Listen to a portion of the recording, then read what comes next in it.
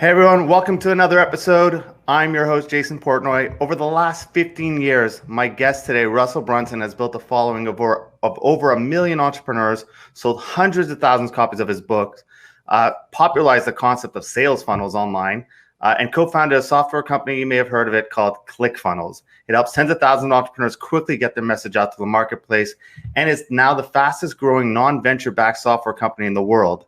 As of 2020, Russell's training, teaching, and software has created 728 millionaires who are in his exclusive club called the 2 Comma Club.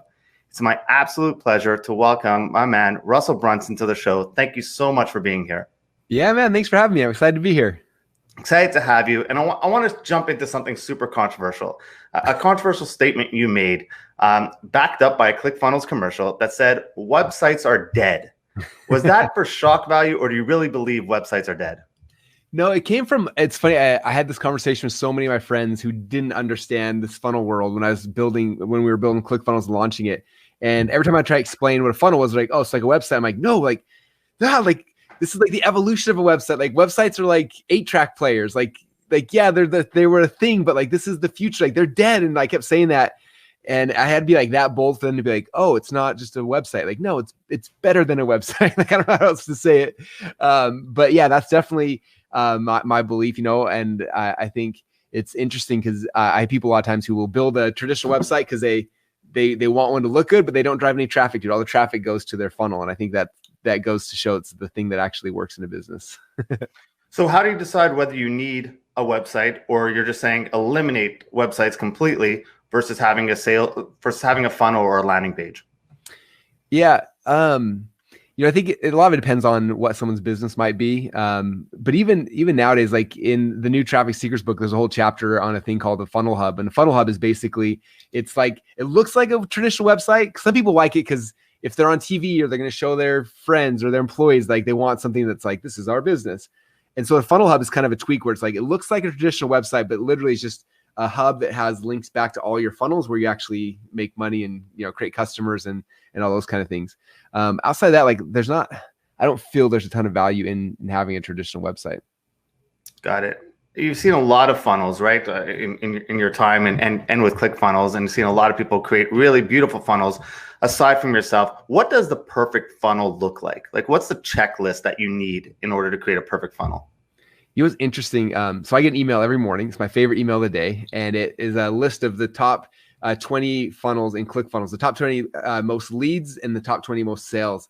And so I get those every single day. And I look at them every morning because I'm just like curious. And always, it's interesting to me because the things that I think most people would think are like the best, the sites that make the most money or generate the most leads, you'd be shocked at which ones are the ones that actually are.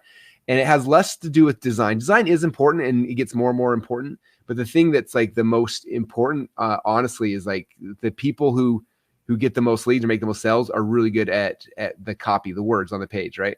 Like understanding like how do you persuade someone? How do you get someone when they show up to actually pay attention and to follow you and to go, whatever it is you're trying to get them to be. And so actually that's the biggest thing I study is like the copy on the pages of the funnels that are the most successful. So for me, like that's number one, is just really figuring that out. I think having the right offer is also such a big part of it. Like some of the things just like, oh, you see the offer and you're like, that's such a no-brainer. I have to give that person money because it's just like, it's so simple. It's so easy.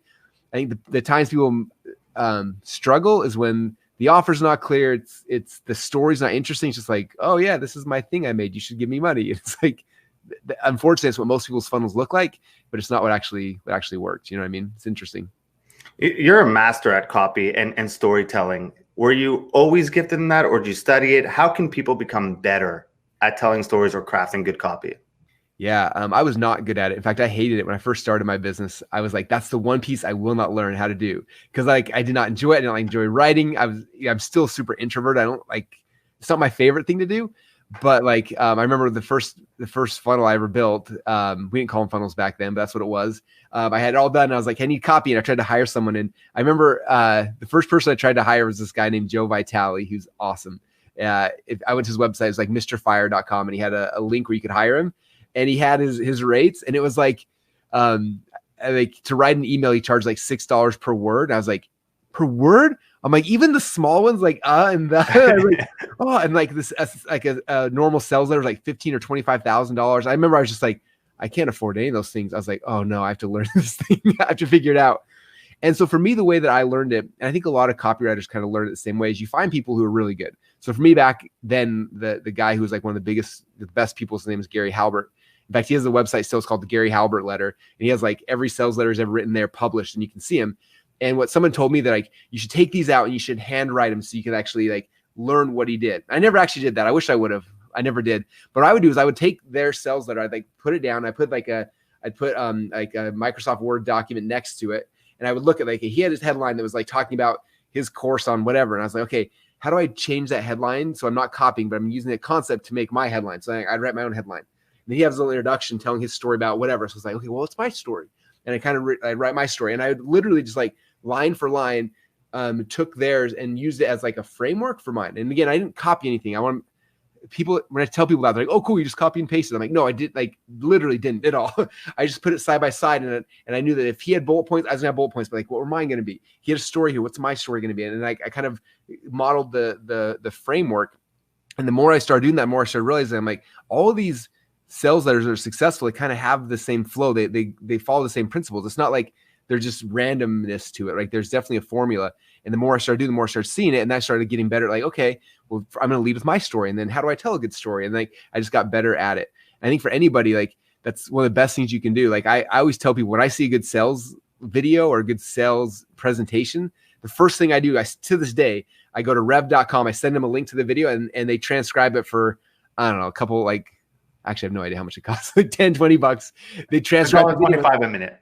Okay, yeah. So you get it back, and it's like now I have the sales letter, and I take it, and I have a whole file on my computer. In fact, it's on my folder right there. I can see it says swipe files, and I just have every single video I've ever seen that's been good. I have them all there, and I look at them, I read them, I print them out, and I have story around me all the time, so that way when I'm writing my own, I can like, oh, I remember how so and so did it. It was really cool the way he introduced his story. What did he do again? I'll read like, oh yeah, that's right, and just kind of start building a swipe file of ideas for yourself to model when you're writing your stories.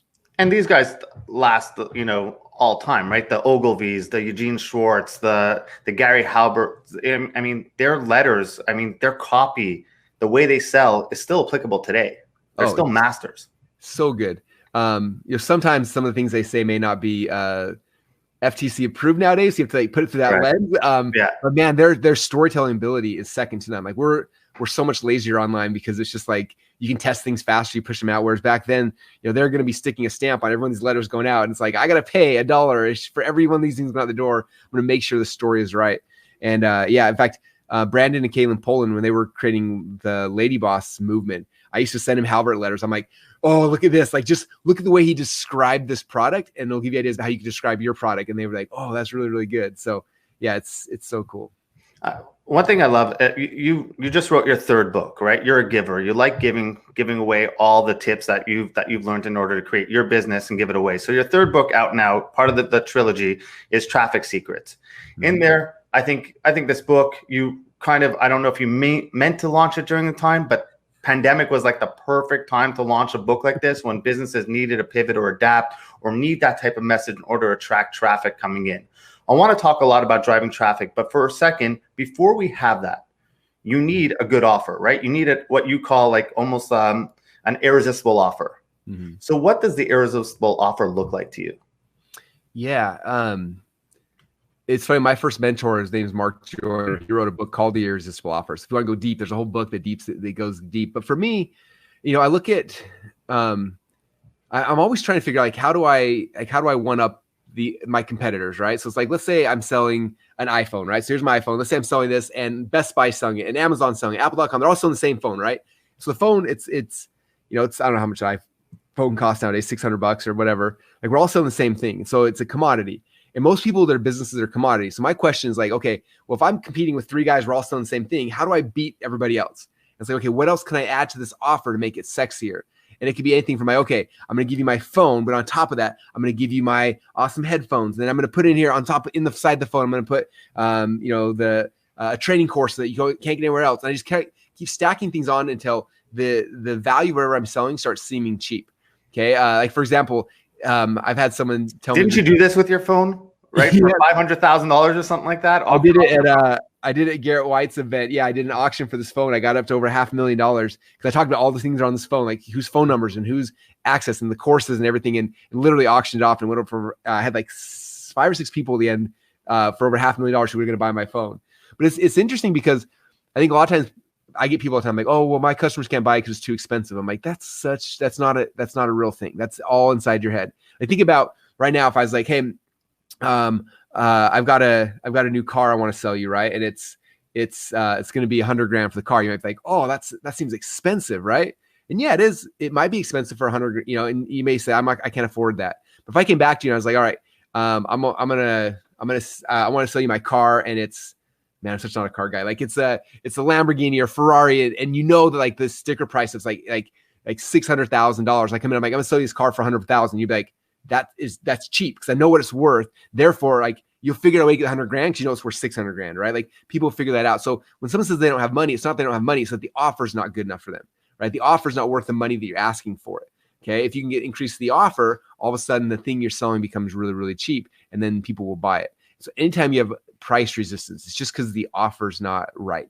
Because it seems it's not a price, it's a value exchange difference. 100%. Yeah. Let's talk paid media versus organic, right? Because your book's about traffic, right? Mm-hmm. So, do you believe that you need to spend money in order to drive traffic these days, or can they still do it organically?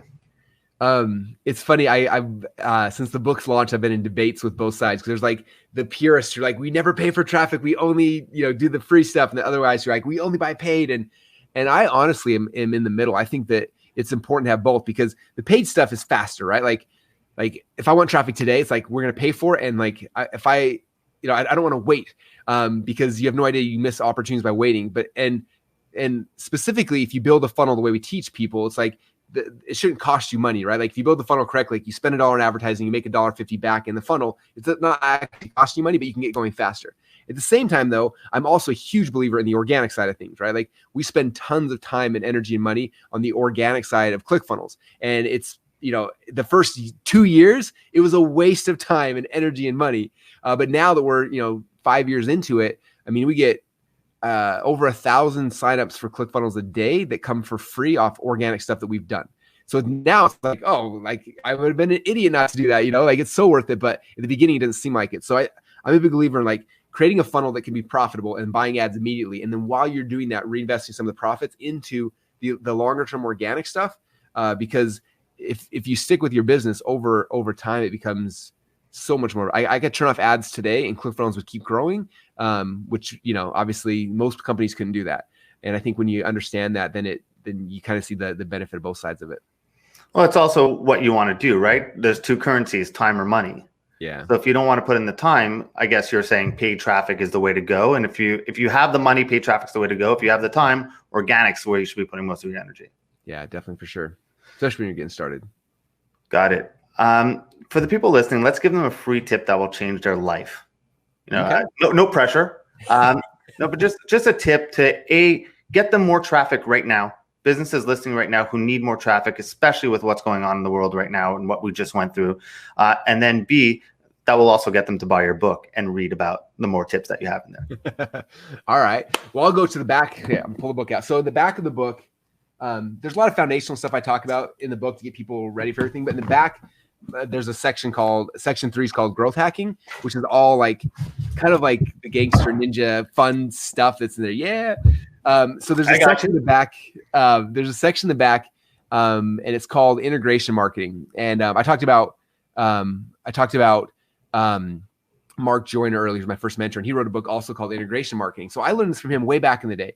And I want to put context on this, like when I first started trying to figure out this traffic game, it was before Facebook, before Google, before any of these platforms, right? Like we were trying to figure out how to get traffic. And the thing that I learned from Mark that changed my business was he was like, look, you can go buy, there's different ways to get traffic. You can find a partner and do a joint venture, have them promote something. Like those things are all good. But he's like, the most powerful thing you could do is figure out how you can integrate your business into the existing business of somebody else. And at first I didn't really get it. I'm like, what is he talking about? And then as we started growing ClickFunnels, I started looking at how do I integrate ClickFunnels into other people's businesses. So what he kind of said, for example, is like, let's say you find somebody who's in your industry and let's say they they're buying ads to a webinar and it's doing really, really well, right? So they buy an ad, some register for the webinar, they go to the webinar, there's 5 or 6 email sequence, and then the end of it just kind of ends, right? He said, come to those people and say, okay, after your 6th email, you're not sending anything else. How about email number 7, plug in a link to my offer, and then and I'll pay you commissions on it, but we'll just plug it in there and it'll be there forever. And then that way, what happens is when someone registers for that webinar, every single day on day number 7, they get a message for your offer. So the more traffic that person buys, the more leads start coming into your business. And it could be on a webinar, it could be on another funnel, it could be anywhere. But figure out how can you integrate your business into other people's sales flows. And so when I started realizing that, we started doing that inside of ClickFunnels. We started going in and saying, okay, who has our dream customers? Like how do we plug these things in? How do we get inside of other people's businesses? One good example is we put in ClickFunnels, if you create a page, by default, there's a little badge at the bottom that says powered by ClickFunnels. And someone can turn that off if they want to, but by default it's on and it has the affiliate link of the person whose page that is. And that badge, we did, when I was writing the book, we checked the stats to see what it is. And that badge, like the traffic came from that one badge of us integrating into other people's pages, is responsible for over $1 million a month in revenue. All came from that one badge we set up once on people's pages. So it's looking for things a little differently than just traditionally. Like, I'm going to go buy Facebook ads. It's like, who's already buying Facebook ads and how can I integrate into their sales process? So it doesn't cost me money, but if I get that in there and I get that deal once, every time they get any traffic, I'm always getting traffic to my business as well. Love it. What do you see as the biggest difference between someone who runs, a funnel and has success and gets traffic versus ones who don't? I mean, everyone thinks they're going to build a funnel and get traffic to it, but you see some funnels just take off right off the bat and get great traffic. What's the differentiator? It's interesting. The people that have the most success with funnels, it's not necessarily the best at building funnels, but they're the best at, I call them funnel audibles inside our company. Like, since for example, we have a funnel that went live 20 minutes ago. So right now there's a bunch of traffic going to it. I have no idea if it's going to flop or it's going to be good or bad. But what happens is in a couple hours from now, we'll come back and we'll do a funnel audible. Say, okay, let's look at all the pages in the funnel. Here's the ad. Here's page 1, 2, 3, 4. We start looking at all the pages and we look at like if it's doing awesome, we're like, sweet, don't touch it. But most of the time, the majority of the time, it doesn't work right out of the gate. We start looking at, right, okay, for some reason, like page number 1's doing good, but page number 2, the conversions are way lower than we thought it was going to be. Like, what could we change? What could we tweak? And we start figuring things out. And we start calling these little audibles, start tweaking things. And typically what happens for us in our company is we'll spend 2 or 3 days making those tweaks, making those changes to the point where also now the funnel's working. Now that it's working, we can spend tons of money on ads, right? But what most people do instead is they spend all the time building the funnel, they launch it, and then they wait. And then if it doesn't work, they're like, I don't know what to do. And they kind of stop and they funnels don't work. This is a scam. I'm out of here. And they walk off. It's like, no, you were so close. Like, you did the hardest part. Now it's just looking at the data and figuring out like, what are the tweaks and the changes I need to make? It's funny because when I was growing up, I was a wrestler and I learned this from my dad. And I always thought everyone did it, but again, most businesses don't for whatever reason. But like my junior year in high school, I wanted to be a state champ. That was my goal. I remember the very first match of the season, I went in there and I wrestled against the kid who had taken second the year before. I was like, I'm going to beat him. I was so excited. And I wrestled that match. I got beat up pretty bad. And luckily my dad filmed the whole thing, So that night I went home and I was all sad and depressed. And I remember just, being bummed out and went to bed. And my dad instead was really smart. He stayed up all night. Like, I think my dad's a little obsessive like me. And he watched that 6-minute match over and over and over and over and over again. He's taking notes on what I did and what he did and like where I got caught and everything like that. And then in the morning I woke up, my dad hadn't slept at all that whole night. He's like, hey, I know why you lost. I'm like, what are you talking about? And he's like, come on over here. I'm like, Dad, I want to get ready for school. I'm tired. He's like, no, get over here. So he got me on the carpet. And for the next 30 minutes before school, he showed me like, this is what you did wrong. And this is the changes, and here's the tweaks you make. And so we figured those things out. And that day, after school, I had wrestling practice. As soon as practice I had done, my dad showed up. All right, here's the things we got to work on. We worked on them for 4 months, the entire wrestling season. We worked on how, all the mistakes I had made against that guy. And then fast forward 4 months later, I actually go to the state tournament, and me and him are on the opposite sides of the bracket. And we go all the way down until the finals. And the finals, I have this guy. And I've literally been wrestling this guy every morning and every night with my dad for the last 4 months. We get out there and we wrestled, and he was easy because I knew every shot. I knew how to I'd made the adjustments, so it became really easy. I made those changes, and it becoming state champ that year. And I think that's what people miss in business.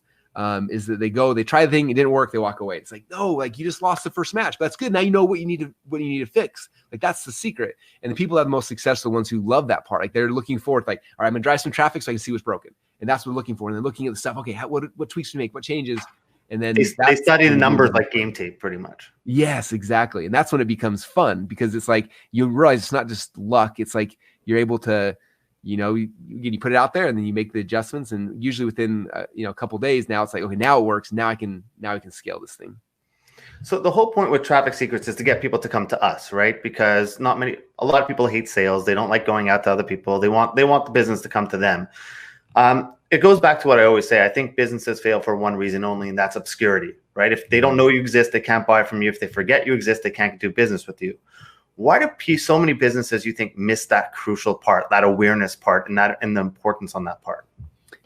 That is a really good question. I think I don't know if you ever read the E-Myth, but I remember when I read that book, he talks about how a lot of times business owners have an entrepreneurial seizure, he called it, where they're a baker, let's say, they're baking for someone else. Also, one day they're like, I'm going to start my own bakery. They start their own bakery, and they don't realize they have the skills to do the thing, right, to make the dough, but they don't have the skills to run a business. My buddy, I talk about him in actually all the books. He's a chiropractor, and it's funny because he went to all these years of chiropractor school, went up there, launches his practice, and it just dies. And he's just like, oh. And so I start working with him, and I asked him, like, well, in chiropractic school, you're there for, I don't know how many years, a ton of years. I'm like, they talk about how to like market your practice? He's like, they never once mentioned it at all. They just taught us how to do the thing. They never talked about the marketing of the thing. And I think that that's what a lot of business owners miss, is that they're so excited about their practice, their product, their service. They don't think about the other thing, which is the most important part of a business. I'm a big believer, like, the business is not the thing you sell. The business is the marketing of the thing you sell. And so, I always try to get business owners to focus on that, because if you really love your product, your service, you can't amplify unless you love the product, the marketing. And that's why I think we got to become excited and geek out in the marketing. It's funny, when I got started in this business, I used to go to these marketing events, and I'd sit in these rooms, and there's all these people who were just tired. And they were just like, and I'm in the back, like freaking out, like, because I knew what all these things I was learning, how they're going to apply to my business, how I was going to change all these things. And I was just like, why are people not excited by this? And I remember thinking, man, if I ever get to the spot where I can like be the person on stage, I want people to know how exciting this is. The fact that you can read something like this and you learn a concept, you plug it in, and all of a sudden overnight you get 100 or 1,000 new customers. Like, that changes everything. It changes your life. It changes your employees' lives, your family's life. It changes the lives of the people now that you're helping. Like when you understand these principles, it's the most exciting thing in the world. And I think that when businesses get excited by that part of it, by the marketing of their thing, that's when everything changes for them. Love it. We'll start wrapping up. I know you gotta run somewhere soon. You're a big family man. A lot of entrepreneurs, there's a lot of sacrifice they have to make in growing their business. How are you able to spend so much time with family and be with family? And I know a lot of people listening will be like, well, he's made a ton of money. That's how he's able to do whatever he wants. But I mean, what advice do you have for entrepreneurs going through that struggle right now? Yeah. Because this journey demands a lot of sacrifices from us. Oh, for sure. And if people think it gets less when you get more money, it's the opposite. I've got 400 employees now. I just, there's a lot that happens. I think for me, the biggest thing is just being present with where you are in the moment, right? So like when I'm with my kids, like I'm with my kids, but when I'm working, I'm working. And there's not bleed over on both sides. And I'm not perfect. You can ask my wife, like she'd be like, he's not perfect, but I try, right? I try to like, how do I, like when I come in the door, it used to be this way. I've been in lockdown now for the last couple months, but I used to come home from the office, I get in the garage, I'm about to come in the door. I'm like, okay, I need to leave business here as I come in, and I need to be dad. I need to be a husband. I need to be present. And even though, it's not, it's not every hour of the day, but from like 6 till 9, like I'm dad. And I think that's my time with them. I got to be present and focused. And then from 9 till, midnight is my wife, and then we're focused there. And then when I'm at the office, so it's the same thing. It's like, hey, I'm focused. This is where I got to do my thing. And I got to, and I think the biggest problem people have as they're trying to build these things is they feel guilt. I get that. You feel the guilt of this and that. So you're working and you're feeling guilty. So you're halfway at home, you're halfway here, and you're not actually getting anything done. And you get home and you're like, oh, I didn't get anything done because I was stressing. So now you're like at home, but you're also doing it. And like, it bleeds over back and forth. And then you're never really getting what you want out of any of the pieces. And so I think that's one of the bigger things. And again, I'm not perfect at it, but the times in my life and in my career when I've been able to like make those clear separations is the time that I'm able to, when I, not feel guilty when I come home, be like, hey, I had a hard day, or I had a long day, but I'm here for the next 3 hours. Let's go running. Let's go swimming. Let's be together. And kids don't care. Kids don't care what type of day you had at work, right? Oh yeah, they just want to play. What industries do you see booming right now? You see a lot of industries on ClickFunnels. What's booming right now? Survival in the last 2.5 months has been the one that's like, I had friends who have survival businesses that have done more in the last 2.5 months than they did in the last 2.5 years prior to it. Wow. Anything tied to that. Courses, like any kind of online courses, are killing it right now because everyone wants to learn. They're bored. They're trying to figure out how to figure out their next thing. And this is courses in all markets. Like we've seen people taking dance classes and math tutoring and, like everything you can dream of. So I think those are the things that are, things that people can do from the comfort of their home, are the things that are the comfort of the home, or things that give them more security when they're at home, like the survival market. Those seem like the ones that have been the hottest for the last couple of months for sure. I'm going to put you on the spot right now. You just sent out a message saying there's a exciting first of its kind conference coming. That was the funnel that just went live. You want to break it here a little bit? Yeah, we can. So as you know, we do a big live event once a year called Funnel Hacking Live, and we get about 5,000 people a year that come to that, and that's where you're going to be getting your 2 Comma Club award here in the near future on stage, and it's really fun. But with everyone being in lockdown and quarantine, we wanted to do something, but we didn't know what to do, so we decided to do a virtual conference. We're calling it 2 Comma Club Live. With the goal of like those who are funnel hacking live and like set a goal but haven't hit it yet. It's like, hey, let's get refocused. Let's figure things out. And those who are just kind of coming new into the world, say, okay, you got 6 months of funnel hacking live. Let's get you back on track. And so 2 Comma Club Live is a 3-day live event happening later this month. And I'm going to be streaming it from my offices here in Boise, and it's going to be so much fun. Love it. Russell, thank you so much for doing this. I mean, you're a brilliant marketer, a talented entrepreneur, and a really genuine good guy. Someone for business owners to look up to, or entrepreneurs to look up to. And trust me, I'm in this industry and there's not a lot of them that you could kind of look up to. So thank you for all that you do for entrepreneurship and for helping businesses. And most importantly, thank you so much for coming here today and being on this podcast. No worries, man. Thanks for having me. I appreciate you. And let me share my message with your people. And I can't wait to get you 2 Comma Club board on stage. That's my next goal for you. Love it. Can't wait. Thanks, buddy. Yep. Thanks, everybody.